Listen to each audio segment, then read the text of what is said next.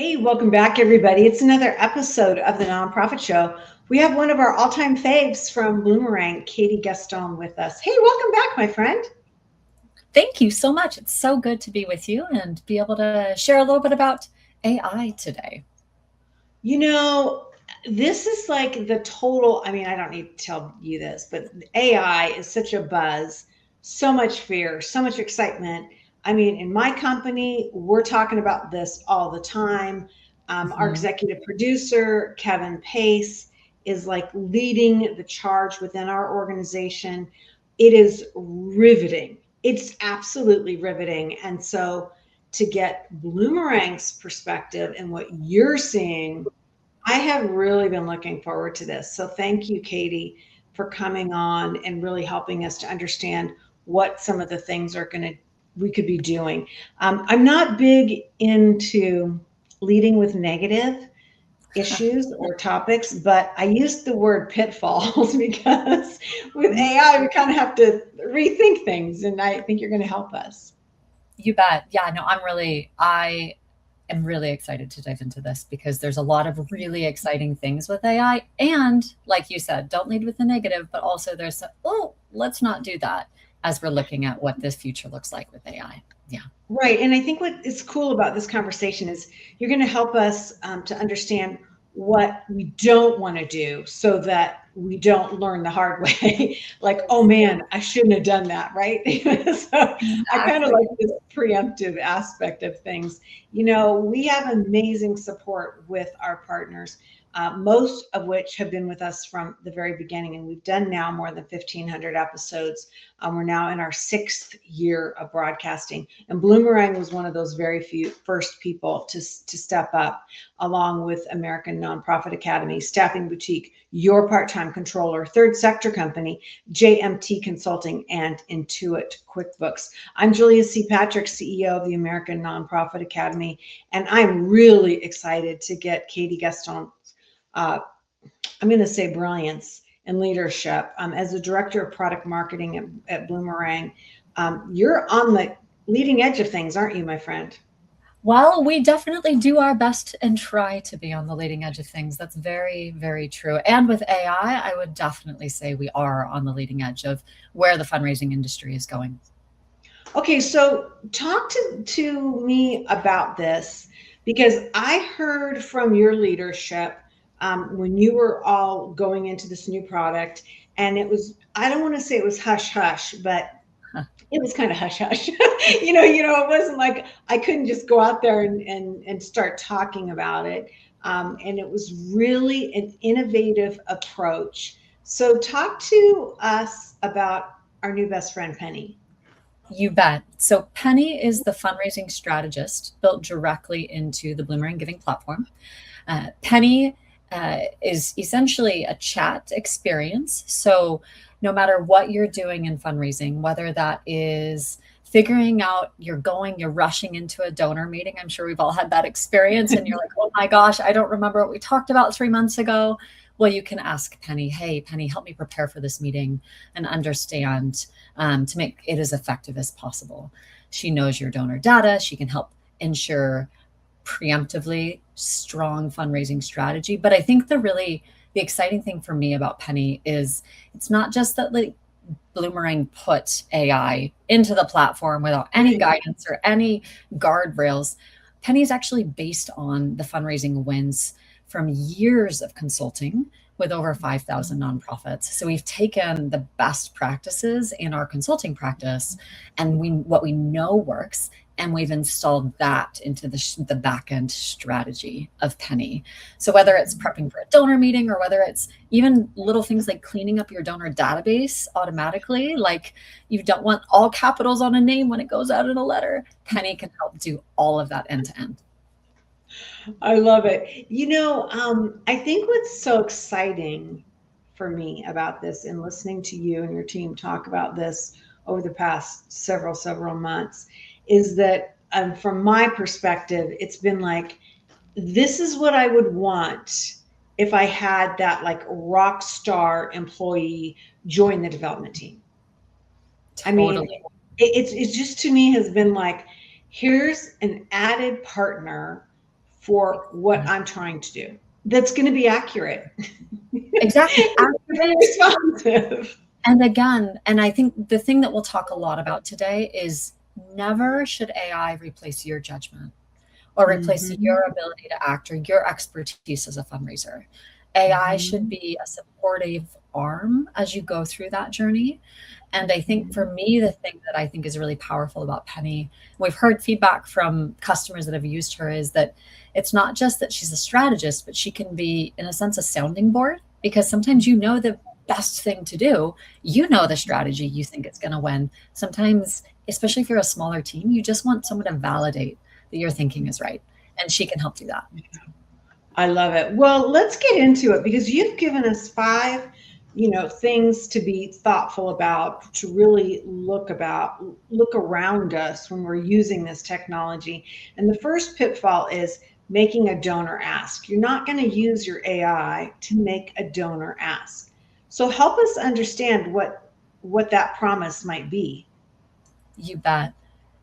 When AI cannot replace the experience of you sitting across from one of your most loved donors, having a conversation, understanding what that rapport building experience is like, remembering the last time that you met with them and that their daughter had just graduated college and bringing that up. AI can help prepare you for that conversation. Like I said, Penny could put together a brief saying, this is how much this individual has given. This is some of the notes from the last conversation you had. But ultimately, that ask, the decision-making in that ask process should be the fundraisers, because nothing can replace, I would say, your judgment as a fundraiser. Yeah, I love that you use the word judgment, because that speaks to me about the sentience of AI, also the real world place. Like, I think we've always, I know myself as being a community fundraiser. There's that moment when you're sitting across from somebody, and it is to me, it's a sacred moment when you're engaging, in this way, where you're like, holy crap, I should ask for more, or I should ask for less, or, you kind of, and I don't know if that's just me, but there's a human element. There's totally a human element. And going into that conversation, AI like Penny could actually give you a recommended ask amount based on the data and what she's seeing from other people like her. But it's still your call if you make that ask in that moment or not, or else time. And it's interesting. So we actually did a survey with our customer base because we wanted to understand what are some of the areas you think AI will make the biggest impact for you. And some of the top things that you all said in our customers were nonprofits like yourself, data analysis, writing emails, maybe helping me understand what the next steps were. Nowhere in that did they say, I want AI to make the ask for me. So I think this is something that probably you all know, but I think it's really important to keep in mind as you think about where to apply AI now and in the future. Right. I love that you said that, because I think that makes it, it's more intelligent for us to understand how to employ this tool, right? Like, what is it that we're going to be doing with something like this? And I think that's an incredible starting point. Number 2, and I think this is a huge issue, never send anything without your review, because a lot of stuff gets spit out when we use AI partners. Yeah. A lot of you in that survey I just mentioned said, and you might even be using this today, AI might help you write your appeals, write your emails or your letters. And that's great. Think of Penny, or, in Bloomerang's case, or let's say a third-party AI tool, if you choose to use one, as a thought partner to just get you past that blank page syndrome. But never should you say, and that looks good, and send. Typically, even when we're preparing things, even if we do use AI to help get past that syndrome, it might take us just the same amount of time to prepare it, because we're going back and forth and ensuring that ultimately the final send should be your voice as the fundraiser. I think the other thing that's super important to know, and in that survey, we also heard how many individuals in nonprofits might be worried about AI hallucination. So if you're not familiar with Right. hallucination in AI means that sometimes systems, let's say third-party tools, can make things up. And you need to make sure that you validate those things before anything goes out. So just make sure always you have an eye on the final output before it's distributed.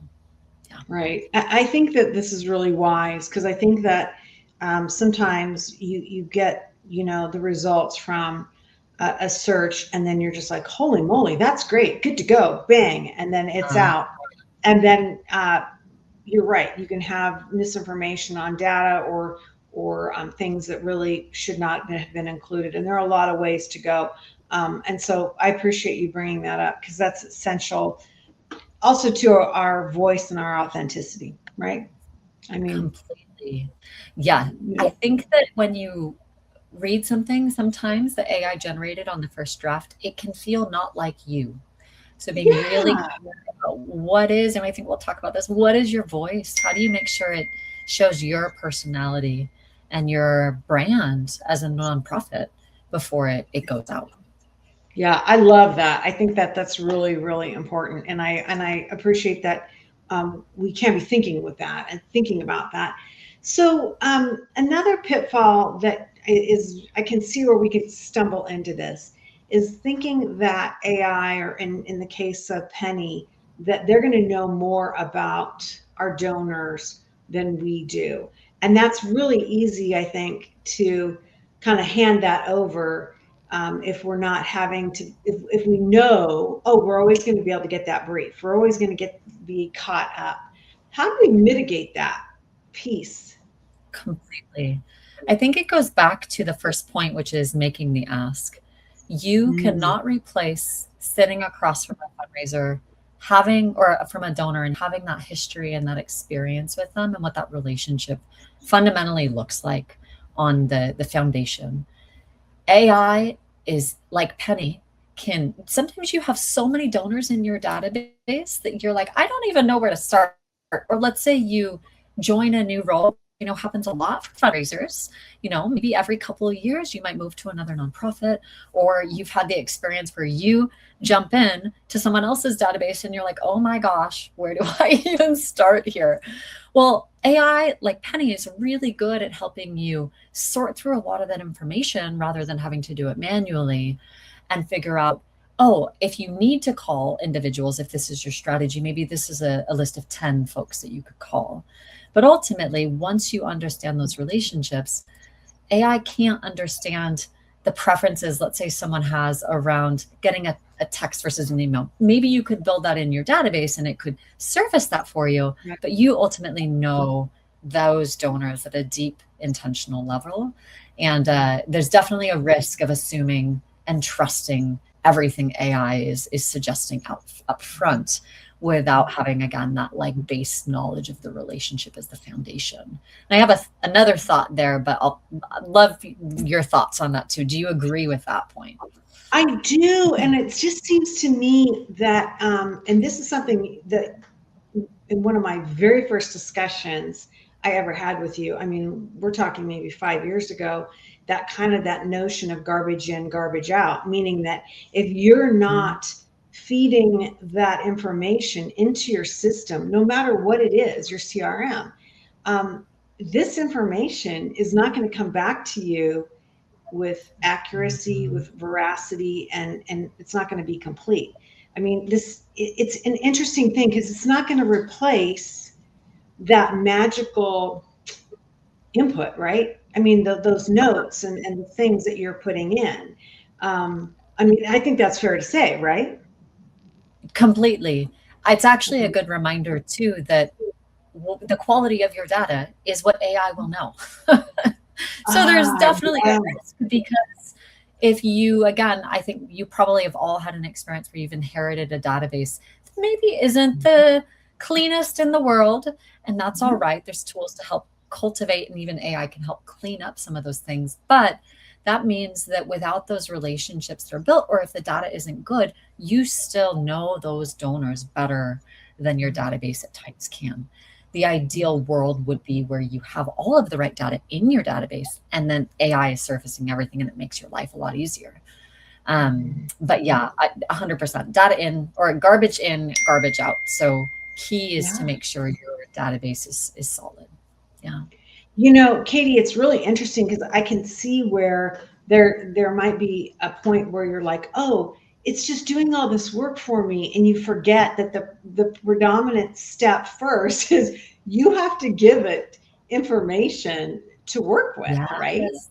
I mean, Yes. especially since it's a platform, in the case of Penny, that is internally generated and internally working, right? Completely. Completely. Yeah, it's interesting because it also, one of the experiences a customer had, and we've heard this from a number of our customers using Penny. One of the experiences that a customer had with us is they used Penny and they had a matching gift, end of the year, $1 million gift, but they had to get, the matching amount in order to secure that gift. So they Right. used Penny to help figure out who in my database, or even maybe broader than that, could potentially be a person I'd reach out to, because I might not know that individual immediately. And they were able to, within a month, find a matching gift donor and hit it.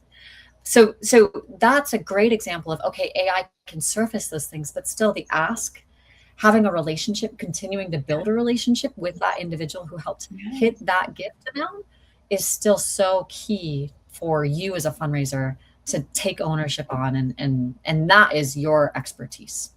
Yeah. Right. Yeah, that's a cool reminder because I think sometimes it seems so fantastical. Like, oh, we're never going to have to, we're doing our work all differently. We're never going to have to go back to the way we were. But the reality is there still is that basis and that foundation of a relationship. And I think that's really, really important. You are a Mm. popular girl because I keep hearing your phone going off. I know. I was muting. I was like, oh, stop. Yeah, something, some chat threads going off somewhere, so that's all right. Katie, bring it. I know you're a woman in high demand. So I want to talk about, and that's a good thing. That's a good thing. I want to talk about this because you alluded to this when we first got going, and I'm very interested in this. And that is the issue of voice, knowing your voice, being your voice, and allowing an AI agent or interface to, I'm going to use the word hijack it. Like, how do we get around this? Because at the core of it, we do have our own personalities. So how does that work? Yeah. So there's two parts to this. One, it goes back to never send the first draft because Yeah. it's likely that it will sound like AI. So be really mindful of what AI comes up with at first. So that's one part, which is you understand your voice, and you also, I feel like, have to articulate and be really confident and document somewhere what's the voice of your nonprofit. Every organization has a brand. The voice of that brand is so important to make sure, whether that's your voice as a fundraiser or the voice of your nonprofit. Do you show up as curious and fun? Do you show up as serious? How does that relate to the donor base that you have? So clarify before you even start using AI, what is your voice and what is your organization's voice? And then the goal is AI can start the sentence, let's say, they can create the first draft, but it should never finish it. You still own that. And the problem with using something that isn't your voice is it can erode trust with your donors. I think it's easy to now see, oh, I think AI wrote that, let's say, statement. There's so much of it out there today. So making sure that you're investing in the relationship by investing in your voice is key. The second part that I'll say of that, though, is you can actually train models over time in order to be more aligned with your voice. So once you have the key step in this, again, if you're like, oh, let's use AI to draft more communications and appeals, which is the totally acceptable thing to do, I think, today, but document the voice and then start learning how you can incorporate that into the model. So over time, it will sound more like you. You still own the final send, but you have to do less editing over time. Does that make So let sense? me, It absolutely does. So let me ask you about, Yeah. and I'm going to have you speak about Penny because that's your product, and Yeah. and you know that product. Is it possible that an individual fundraiser can train this model to speak like them? So, for example, you might have, you know, three other fundraisers on your team, and they're going to have different voices. Can you do? Yeah. Does it work that way, or is it more of an umbrella to the whole platform? It's a great question. In the future, it will. So that is Okay. the direction we're heading with Penny. Now, Okay. with that said, if I'm having a conversation with Penny, I can give regular feedback. I can say, that sounds good. No, let's adjust this here. And Mhm. I can make sure that she has material in that Mhm. conversation to know where to start.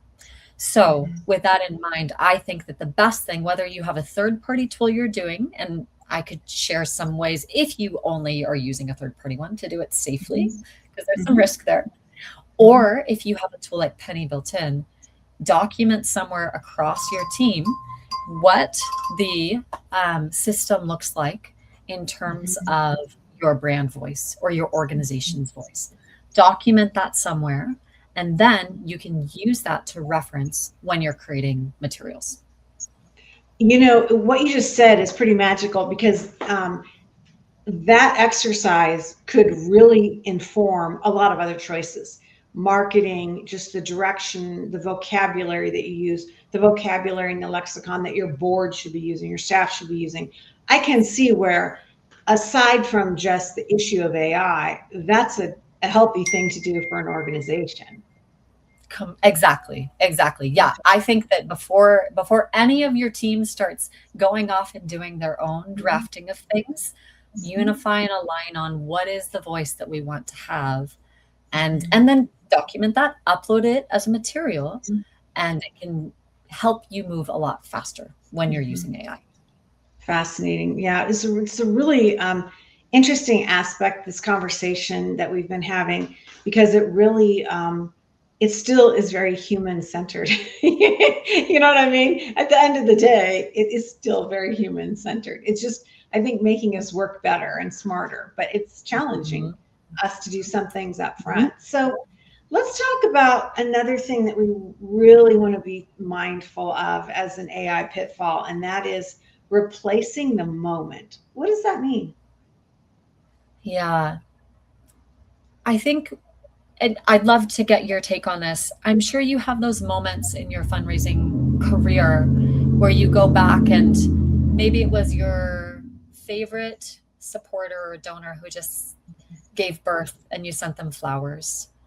Or that moment where, let's say, if you're in an animal shelter, I was working at an animal care show in Pittsburgh, and I attended a presentation, and the fundraiser who was speaking said that for all of their top donors, they do a handwritten note. I think it was something like every month, and they know that the dog's name or the cat's name is this, and they reference it. So it's those personal touch moments that, Yeah. and the need to think of those, not just have a Yeah. system that, oh, we do this for everyone, but oh, Yeah. I remember that this person said this is happening in their life. I'm going to make it a Mhm. moment for them. Mhm. AI, it might be able to surface potentially what some of those moments are, but I feel like it still is our responsibility as fundraisers to think about those and Yeah. incorporate them into the relationship, because that's what stays with donors, right? No, that I love that you said that because that's kind of the secret sauce of all of this. It is the human connection that we make with people that I think is a lot more powerful. I think the beauty of AI is that it's a tool that allows us. Oh, I'm speaking for myself. It expands my capacity, right? I can get so much more done. And I was just telling Kevin, our executive producer, uh, when we were talking about having you on in this conversation, I feel like AI can give me some breathing room so that I can think, that I'm not just Yes. doing. Like, because I'm just doing, and I don't get that time to just think and just, Think. be like, okay, When you have time to think, you can think about those moments. Or when you yeah, have time to think, you can actually make the time when you're in person with a donor sitting across from them actually count. You're not checking your phone. You're not worried about the 10 other things on your list because you know it's taken care of. That's, I think, the key is it's making the human-centered connection the center of why fundraising exists rather than replacing it. Yeah. It's really, I think too, Katie, it's a mindset that is empowering you. And that's what I'm so intrigued to see how Penny starts working with the Bloomerang family and the way it grows, because this is not going to be just a one and done. I mean, this is an evolution for us all. Obviously, your company is leading a major direction on this. Definitely. And I think as we see AI, like in platforms like Bloomerang show up, we're going to see different evolution of what that means. So as an example, actually this week at AFP, we just announced conversational reporting, which is another, it technically is built on AI, though that's not as relevant. How often have you attempted, I'm sure in a CRM you've used, to build a report and you want to throw something out the window because you're like, oh my gosh, this is not working. I've tried it for 2 hours. I don't have 2 hours. Well, conversational reporting is you can just talk to the box and say, hey, I'm trying to figure out who gave this year but not last year, and who should I call this week? And it puts together a report for you in seconds rather than hours. So that's an example of like saving time using AI. So you can, again, just move faster and not have to worry so much about some of that administrative work that you're working on.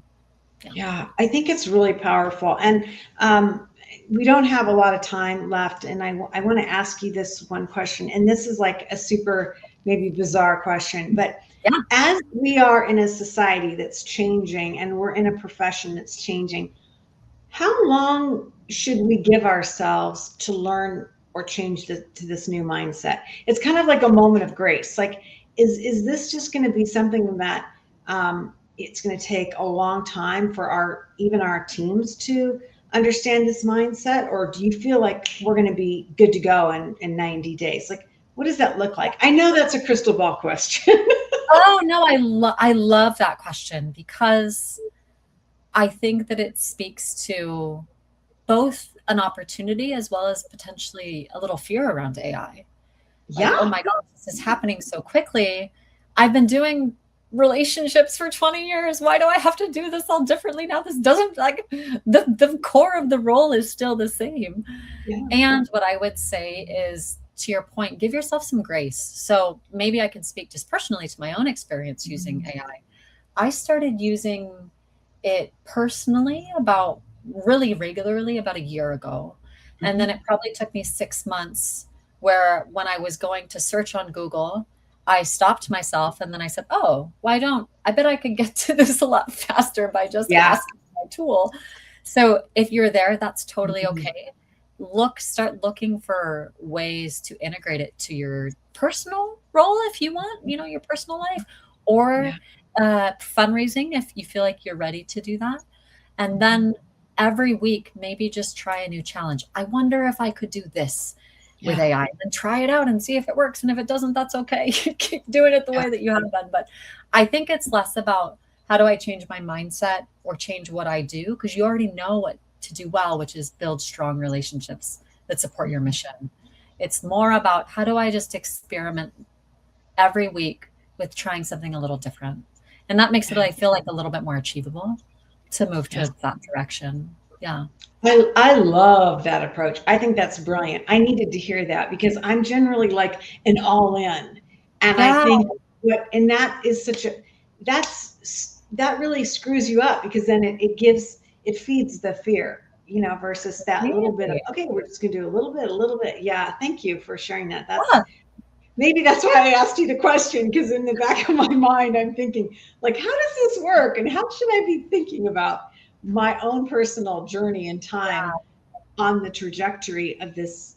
Obviously it's changing humanity, this technology, right? I think for me, the thing that is my trigger of, oh, I wonder if I could experiment with that, is when I'm doing something and I say, this is really annoying. Why is it so hard?